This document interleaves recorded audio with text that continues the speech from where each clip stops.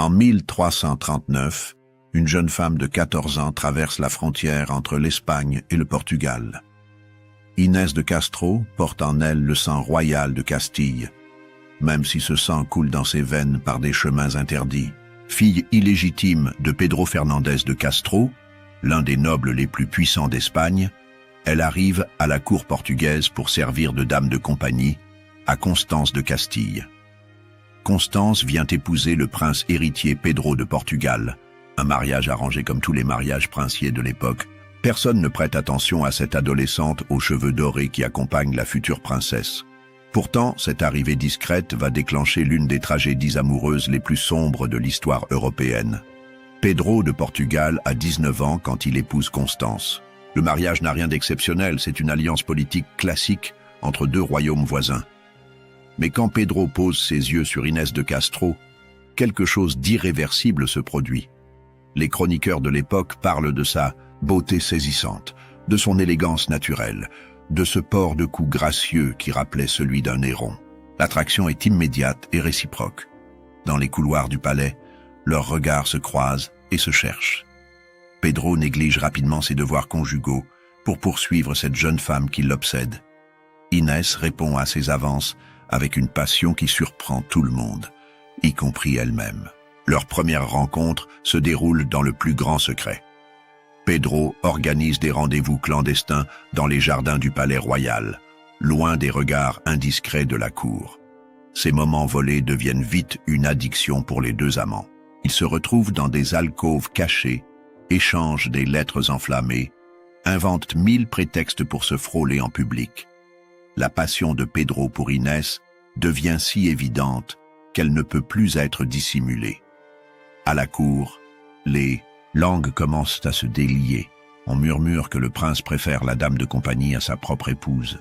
Constance elle-même finit par comprendre qu'elle a perdu son mari avant même d'avoir vraiment pu le conquérir. Le roi Alphonse IV observe cette situation avec une inquiétude grandissante. Il connaît la nature passionnée de son fils, mais il espère encore que cette liaison ne sera qu'un caprice de jeunesse. Il se trompe lourdement. Ce qu'il prend pour une passagère lubie va se transformer en obsession destructrice.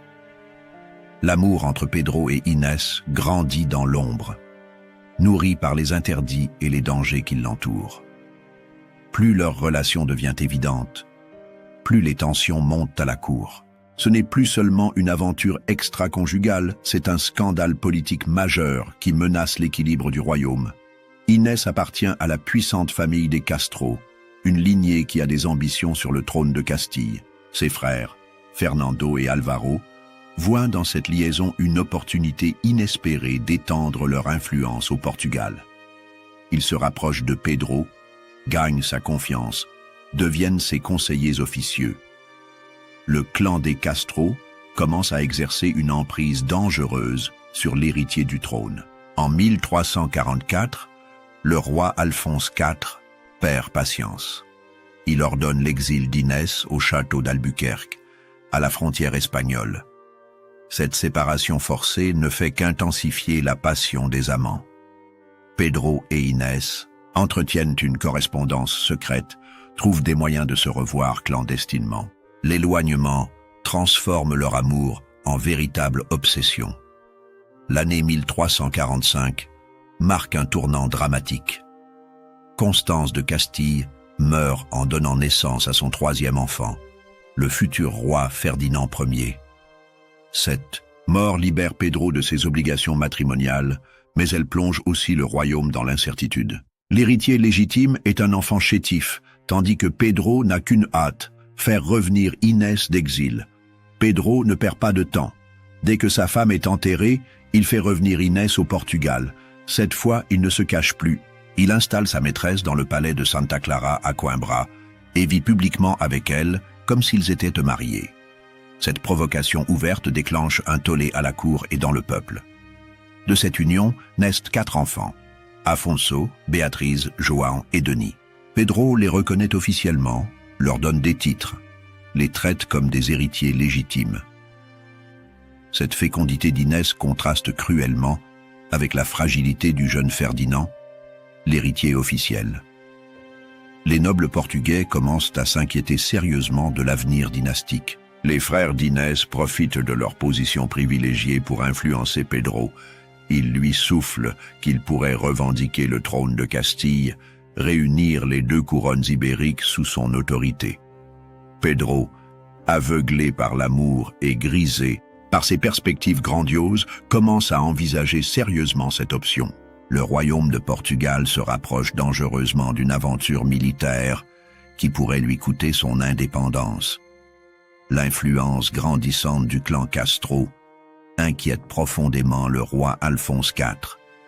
Ce monarque sage a toujours maintenu le Portugal dans une neutralité prudente, évitant de s'immiscer dans les conflits de ses voisins.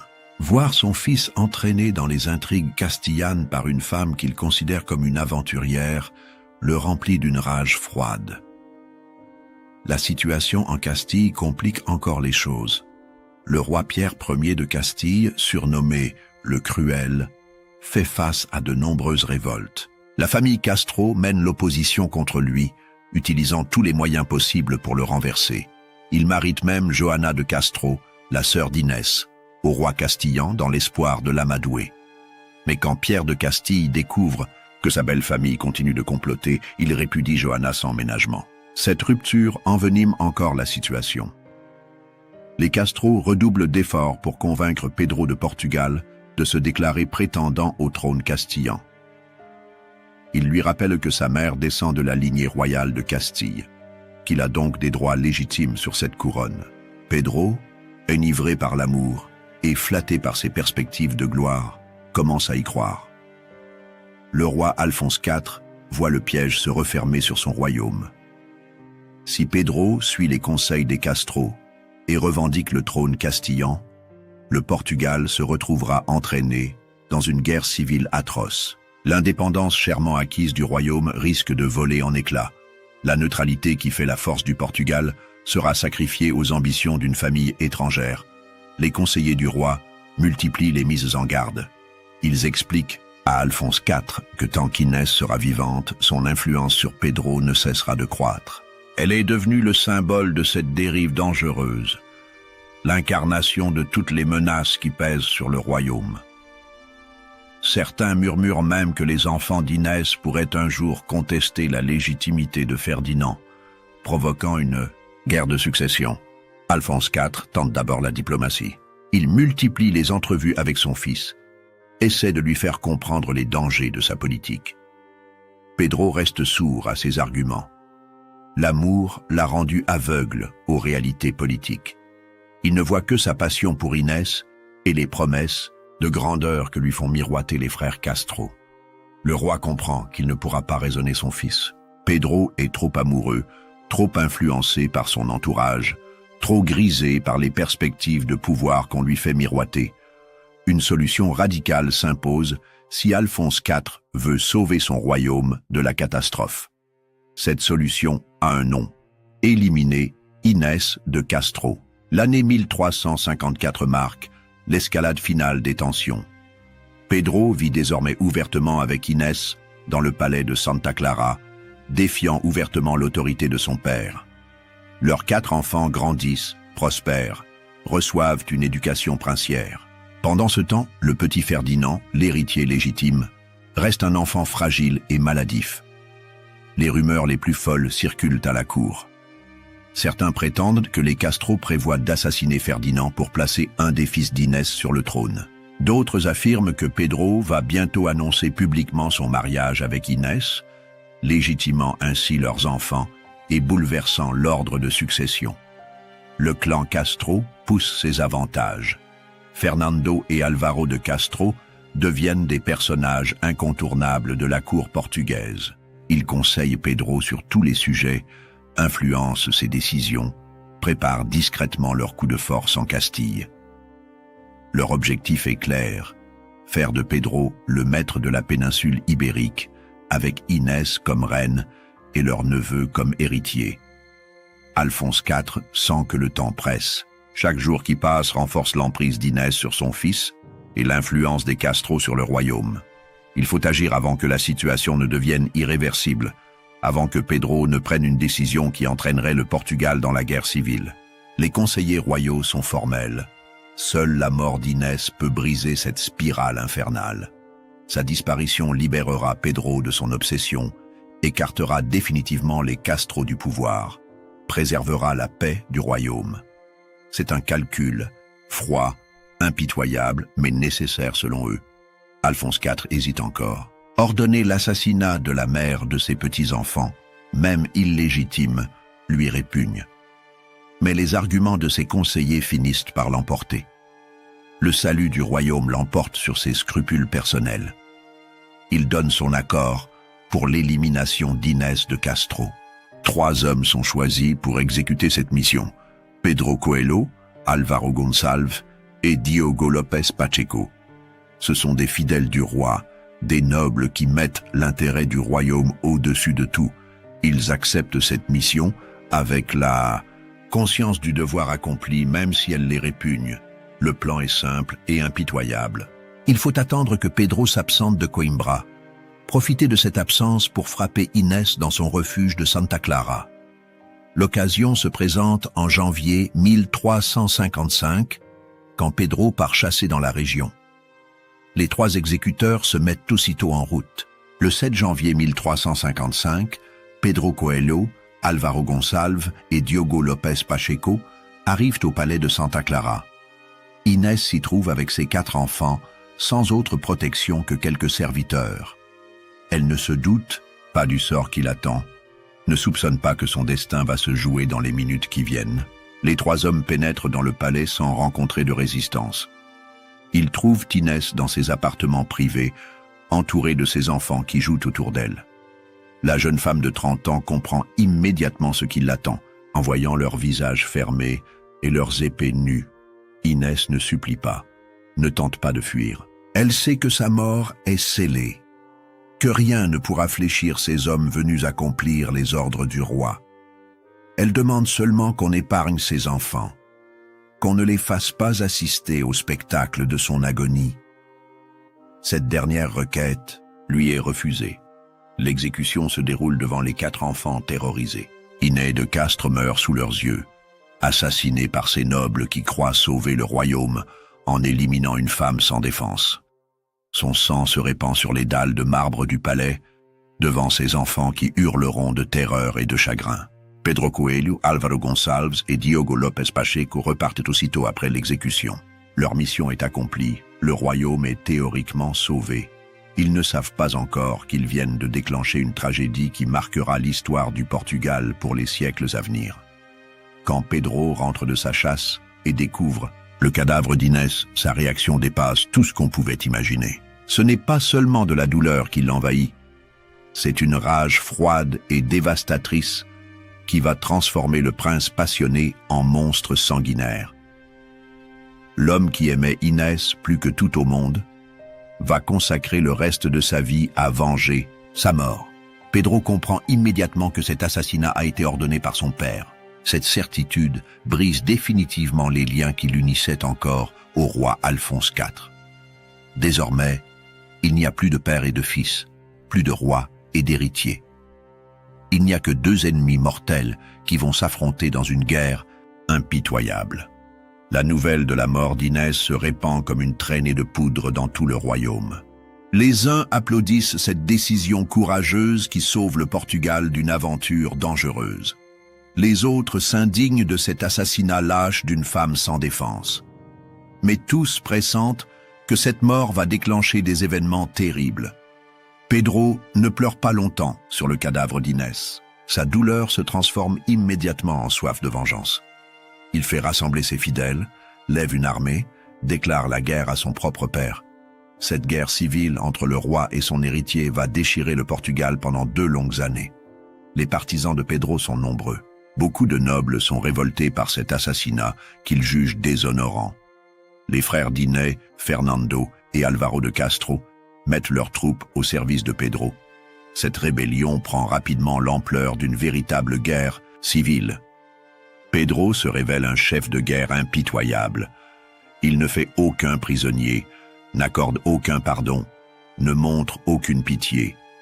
Tous ceux qui ont soutenu la décision d'assassiner Inès doivent payer de leur vie. Cette cruauté lui vaut le surnom qui lui restera pour l'éternité, Pedro le Cruel. Alphonse IV découvre avec horreur le monstre qu'il a créé en ordonnant la mort d'Inès. Son fils, autrefois passionné mais relativement clément, est devenu une bête sanguinaire qui ne connaît plus ni pitié ni pardon. La mort d'Inès a libéré en Pedro des instincts de violence qu'il ne soupçonnait pas lui-même. La guerre s'éternise, saignant le royaume. Aucun des deux camps ne parvient à prendre l'avantage décisif. Pedro contrôle le nord du pays avec l'aide des Castro. Alphonse IV tient le sud avec les nobles restés fidèles. Entre les deux, le Portugal se vide de ses forces vives dans des combats fratricides. En 1357, Alphonse IV meurt d'épuisement et de chagrin. Cette mort brutale met fin à la guerre civile et place Pedro sur le trône. Mais le nouveau roi n'a nullement l'intention d'oublier ou de pardonner. Au contraire, son accession au pouvoir lui donne les moyens de sa vengeance. Les vrais responsables de la mort d'Inès vont payer le prix de leurs crimes. Pedro Coelho et Álvaro Gonçalves, 2 des 3 assassins d'Inès, ont eu l'imprudence de rester au Portugal. Ils pensaient sans doute que la mort d'Alphonse IV et la réconciliation nationale leur vaudraient l'amnistie. Ils se trompaient lourdement. Pedro les fait arrêter dès son couronnement et prépare pour eux un châtiment à la mesure de sa haine. Le 3e assassin, Diogo López Pacheco, a préféré s'exiler en Castille. Cette prudence lui sauve la vie, du moins temporairement. Pedro n'oubliera jamais son nom et tentera plusieurs fois de le faire assassiner, mais sans succès. Pacheco mourra dans son lit, en Castille, après avoir vécu dans la terreur permanente de la vengeance royale.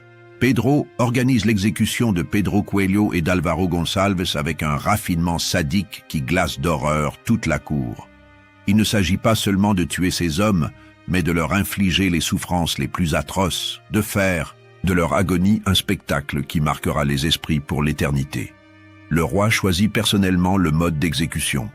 Pedro Coelho aura le cœur arraché par la poitrine. Álvaro Gonçalves subira le même sort mais par le dos. Cette différence de traitement n'est pas un hasard. Pedro veut que leurs agonies soient distinctes, que chacun d'eux meure d'une manière unique qui reflète sa part de responsabilité dans le meurtre d'Inès. L'exécution se déroule pendant un banquet royal devant toute la cour assemblée. Pedro veut que chacun voie le sort qui attend ceux qui osent s'attaquer à ce qu'il aime. Les 2 condamnés sont amenés dans la salle du festin, attachés à des poteaux dressés spécialement pour l'occasion. Pedro dirige personnellement la torture. Il observe chaque geste des bourreaux, corrige leurs mouvements, s'assure que les victimes souffrent le maximum avant de mourir. Cette mise en scène macabre révèle l'étendue de sa transformation psychologique. L'amoureux passionné s'est mué en tyran sanguinaire. Pedro Coelho meurt le premier. Le bourreau lui ouvre la poitrine à vif, plonge la main dans la plaie béante, arrache le cœur encore battant. L'homme agonise dans des souffrances indicibles, tandis que le roi observe ce spectacle avec une satisfaction glacée. Cette mort atroce ne suffit pas à apaiser sa soif de vengeance. Álvaro Gonçalves subit ensuite le même sort, mais par le dos. Le bourreau doit percer les chairs, briser les côtes, fouiller dans les entrailles pour atteindre le cœur. Cette exécution est encore plus longue et plus douloureuse que la première. Gonçalves met un temps infini à mourir, sous les yeux impassibles du roi. La cour assiste à ce double supplice dans un silence de mort. Personne n'ose bouger, respirer, détourner les yeux. Tous comprennent le message. Voilà le sort qui attend quiconque déplaît au roi Pedro. La terreur s'installe définitivement dans le royaume, transformant les nobles en courtisans tremblants. Pedro contemple les 2 cœurs sanglants avec une satisfaction morbide. Il fait servir le repas comme si rien ne s'était passé, force ses invités à manger et à boire dans cette salle souillée de sang. Cette dernière provocation achève de terroriser la cour et d'asseoir définitivement son pouvoir tyrannique. 3 ans après son couronnement, Pedro prépare un coup de théâtre qui va stupéfier tout le royaume. Le 12 juin 1360, dans la ville de Cantanhede, il convoque solennellement les représentants des 3 ordres, la noblesse, le clergé et le peuple. Cette assemblée exceptionnelle laisse présager une annonce majeure. Pedro monte sur l'estrade dressée pour l'occasion et fait face à la foule qui se presse pour l'entendre. Ce qu'il va révéler va bouleverser l'histoire du Portugal et donner une légitimité posthume à son amour pour Inès de Castro. Il annonce qu'il a secrètement épousé Inès en 1354, 1 an avant sa mort. Cette révélation provoque un tollé dans l'assistance. Comment le prince aurait-il pu épouser sa maîtresse sans que personne ne le sache? Où et quand cette cérémonie aurait-elle eu lieu?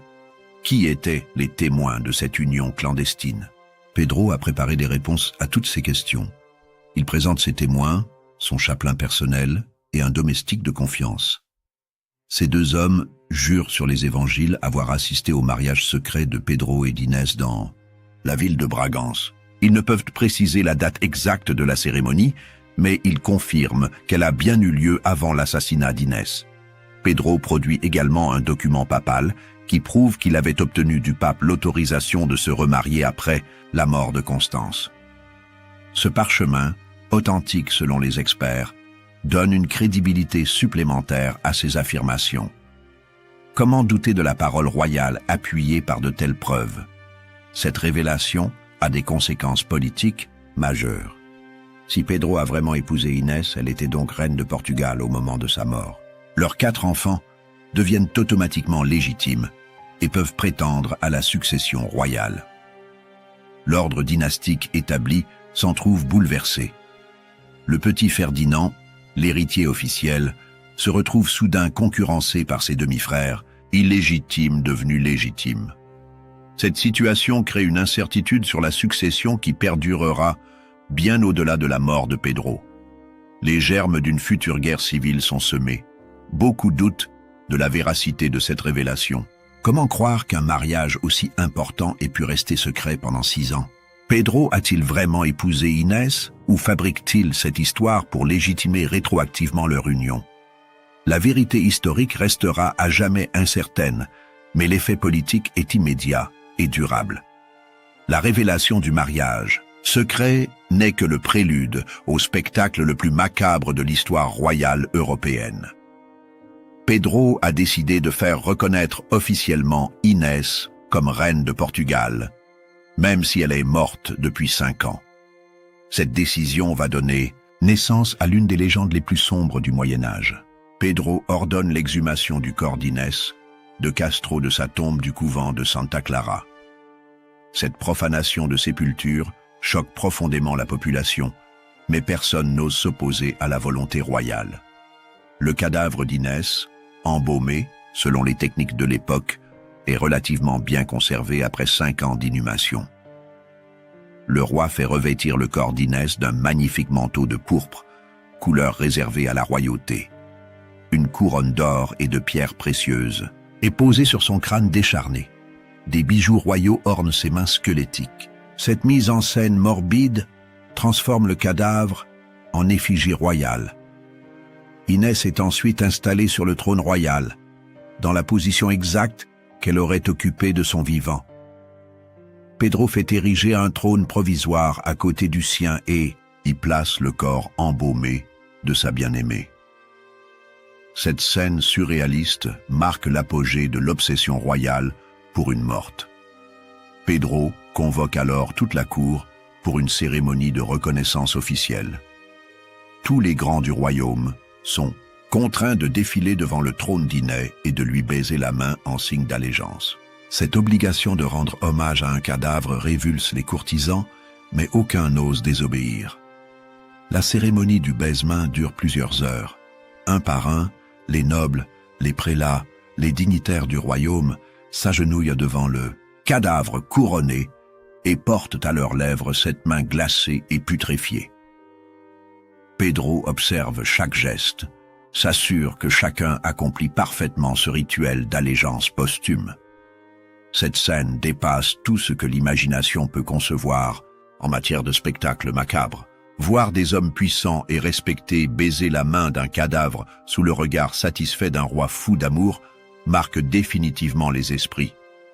Ce couronnement posthume entre dans l'histoire comme l'un des épisodes les plus troublants de la monarchie européenne.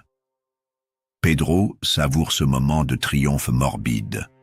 Inès est enfin reconnue comme reine de Portugal, même si elle ne peut plus jouir de cet honneur. L'amour a vaincu la mort, la passion a triomphé de la politique.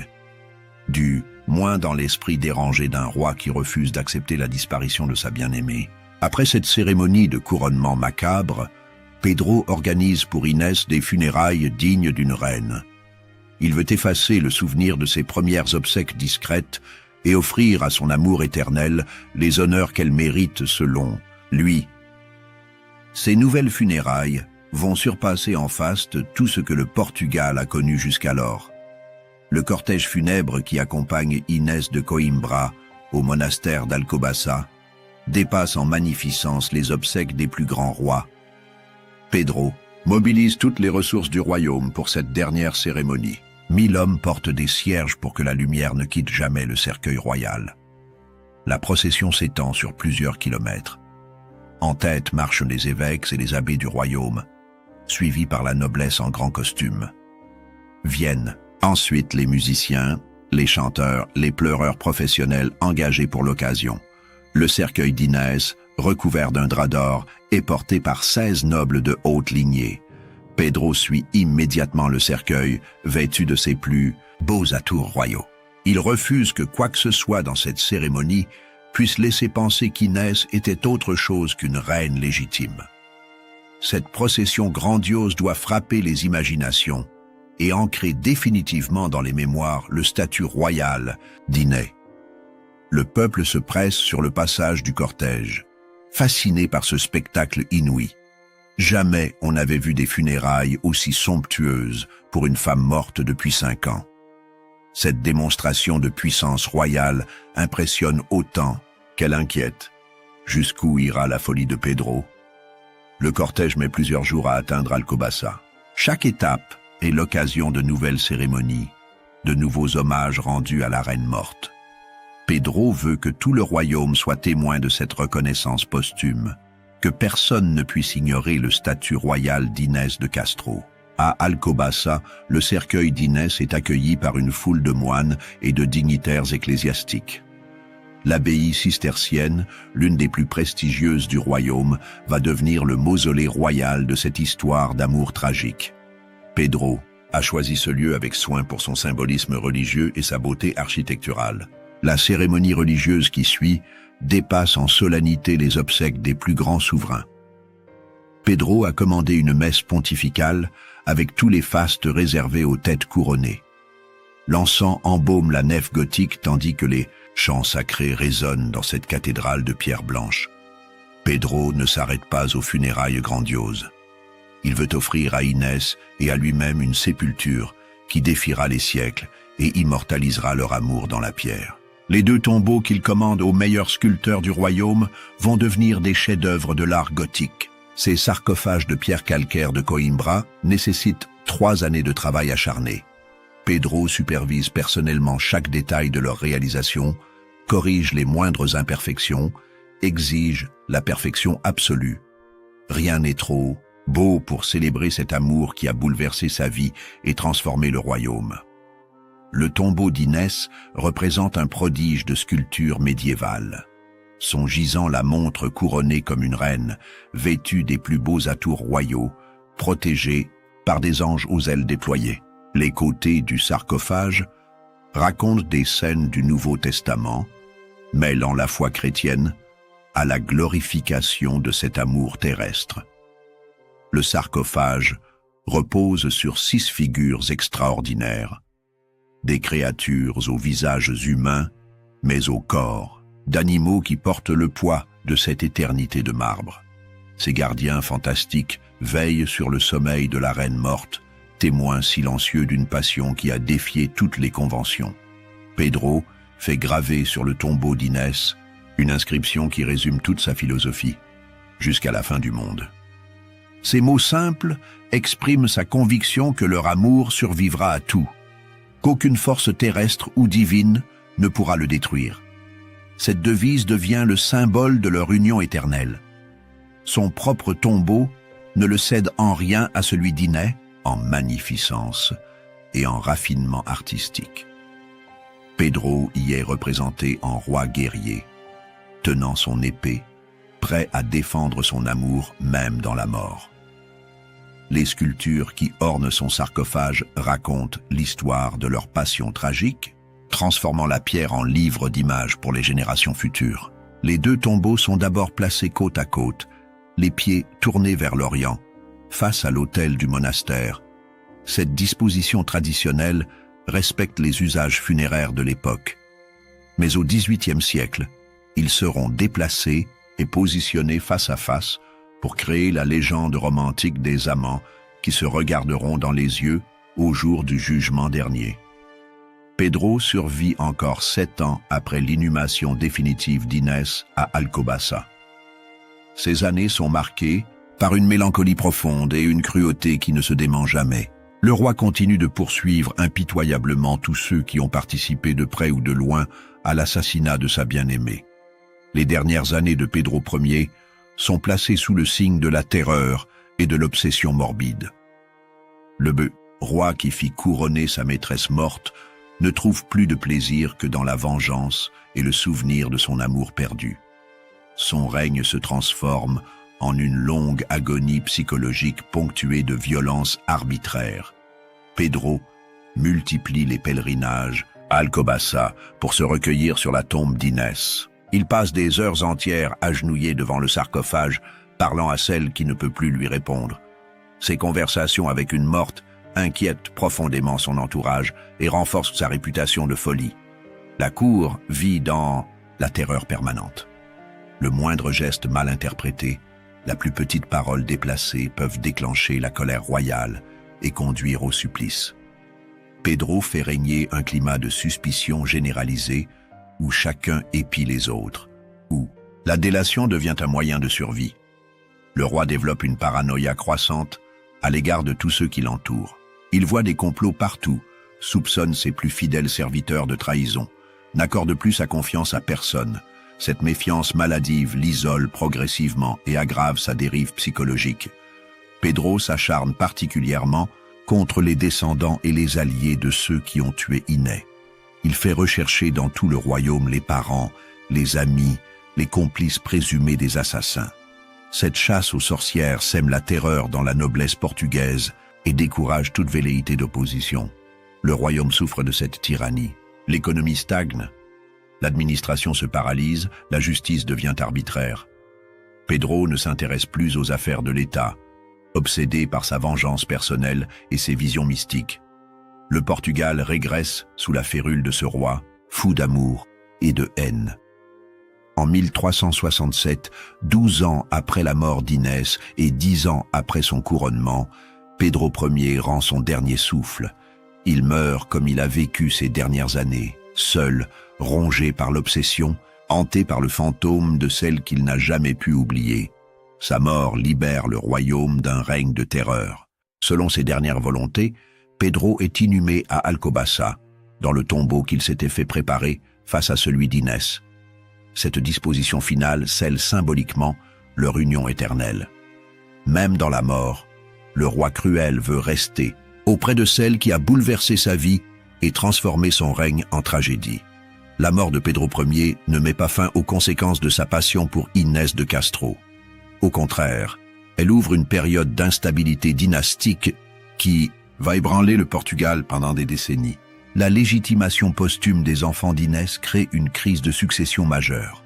Ferdinand Ier, le fils légitime de Pedro et de Constance, hérite officiellement du trône. Mais les 4 enfants d'Inès, désormais reconnus comme légitimes, peuvent également prétendre à la couronne. Cette situation ambiguë génère des tensions permanentes au sein de la famille royale. Les frères d'Inès, Fernando et Alvaro de Castro, profitent de cette confusion pour étendre encore leur influence. Ils deviennent les protecteurs des enfants d'Inès et n'hésitent pas à instrumentaliser leurs droits dynastiques pour servir leurs ambitions politiques. Le clan Castro retrouve ainsi une position de force.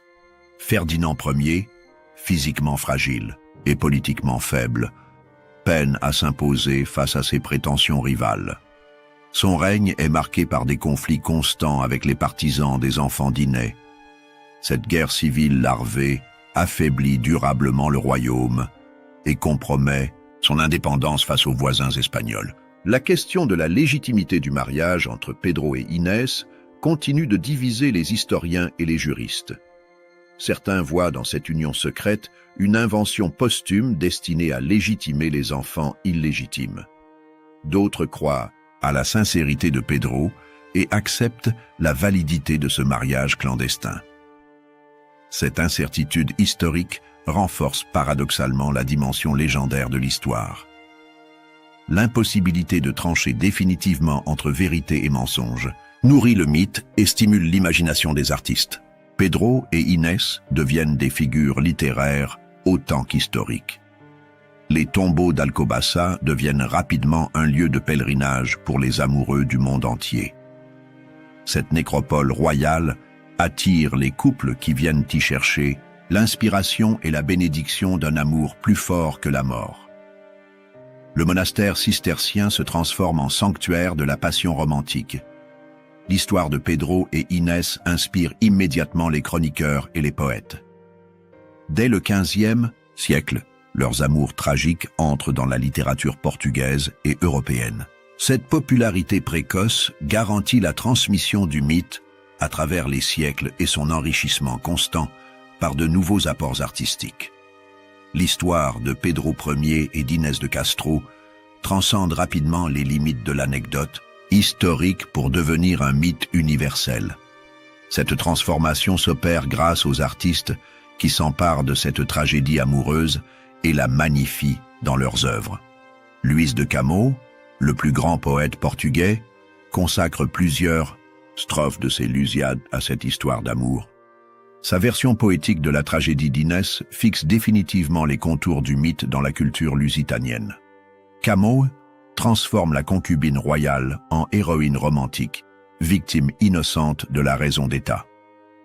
Au XVIe siècle, Antonio Ferreira écrit « A Castro », la première tragédie classique portugaise inspirée de cette histoire. Cette pièce de théâtre connaît un succès considérable et popularise encore le mythe d'Inès auprès du public cultivé européen. La dimension théâtrale renforce l'aspect dramatique de cette passion destructrice. Les peintres s'emparent à leur tour de ce sujet romantique et macabre. Le couronnement posthume d'Inès inspire de nombreux artistes qui rivalisent d'imagination pour représenter cette scène extraordinaire. Ces œuvres picturales propagent le mythe au-delà des frontières du Portugal et le font connaître dans toute l'Europe. La musique n'est pas en reste. Plusieurs compositeurs écrivent des opéras sur cette histoire, notamment Giuseppe Zingarelli en Italie et Andrea Scartazzini en Allemagne. Ces œuvres lyriques exploitent la dimension tragique et passionnelle du mythe pour émouvoir les spectateurs et célébrer l'amour absolu. Au XIXe siècle, le romantisme redécouvre cette histoire avec enthousiasme. Les écrivains romantiques y trouvent tous les ingrédients de leurs obsessions: l'amour-passion, la mort tragique, la révolte contre l'ordre établi, l'exaltation du sentiment sur la raison. Victor Hugo consacre une pièce de jeunesse à Inès de Castro. Henri de Monterland, au XXe siècle, écrit La Reine morte, sans doute l'œuvre la plus célèbre inspirée de cette histoire. Cette pièce de théâtre connaît un succès mondial et ancre définitivement le mythe d'Inès dans la culture européenne moderne. Monterland modernise le thème en insistant sur la dimension politique du drame. Le cinéma contemporain s'intéresse également à cette histoire. Plusieurs films portugais et européens tentent de porter à l'écran cette tragédie amoureuse. Ces adaptations cinématographiques touchent un public encore plus large et assurent la perpétuation du mythe dans la culture populaire. 8 siècles après ces événements tragiques, que reste-t-il de vérité historique dans cette histoire devenue légendaire? Les historiens modernes s'efforcent de démêler les faits avérés des embellissements poétiques qui ont progressivement transformé la réalité en mythe. La personnalité d'Inès de Castro elle-même reste largement mystérieuse. Les sources contemporaines sont rares et souvent contradictoires. Était-elle vraiment cette beauté irrésistible décrite par les chroniqueurs tardifs? Ou s'agit-il d'un enjolivement poétique destiné à justifier la passion destructrice du prince Pedro? Le rôle politique d'Inès est également débattu par les historiens. Était-elle une simple victime innocente des intrigues de cour, comme le veut la tradition romantique? Ou participait-elle activement aux manœuvres de sa famille pour étendre l'influence castillane au Portugal? La vérité se situe probablement entre ces deux extrêmes. La question du mariage secret entre Pedro et Inès divise encore les spécialistes. Certains historiens croient à la sincérité de Pedro et acceptent la validité de cette union clandestine. D'autres y voient une invention posthume, destinée à légitimer les enfants illégitimes et à donner une base juridique au couronnement macabre. Les détails du couronnement posthume posent également problème aux historiens. Cette cérémonie a-t-elle vraiment eu lieu telle que la décrivent les chroniques tardives? Ou s'agit-il d'une amplification légendaire d'une simple cérémonie de reconnaissance officielle? L'iconographie des tombeaux suggère qu'Inès a bien été couronnée, au moins symboliquement. La personnalité de Pedro Ier fait l'objet d'interprétations diverses. Était-il vraiment ce monstre sanguinaire décrit par ses détracteurs? Ou ces cruautés ont-elles été exagérées par la tradition pour donner plus de relief dramatique à l'histoire? La vérité historique est probablement plus nuancée que la légende. Ce qui reste indiscutable, c'est l'impact psychologique et politique de cette passion sur Pedro et sur le royaume du Portugal. Qu'elle ait été manipulée ou sincère, cette histoire d'amour a effectivement bouleversé l'ordre dynastique et marqué durablement l'histoire lusitanienne. Les tombeaux d'Alcobaça constituent la preuve tangible de cette passion. Leur magnificence témoigne de l'importance que Pedro accordait à la mémoire d'Inès. Ces chefs-d'œuvre de sculpture gothique transcendent les débats historiques et imposent par leur beauté la réalité de cet amour, qu'il ait été ou non légitime. L'histoire de Pedro Ier du Portugal et d'Inès de Castro dépasse largement le cadre d'une simple chronique royale.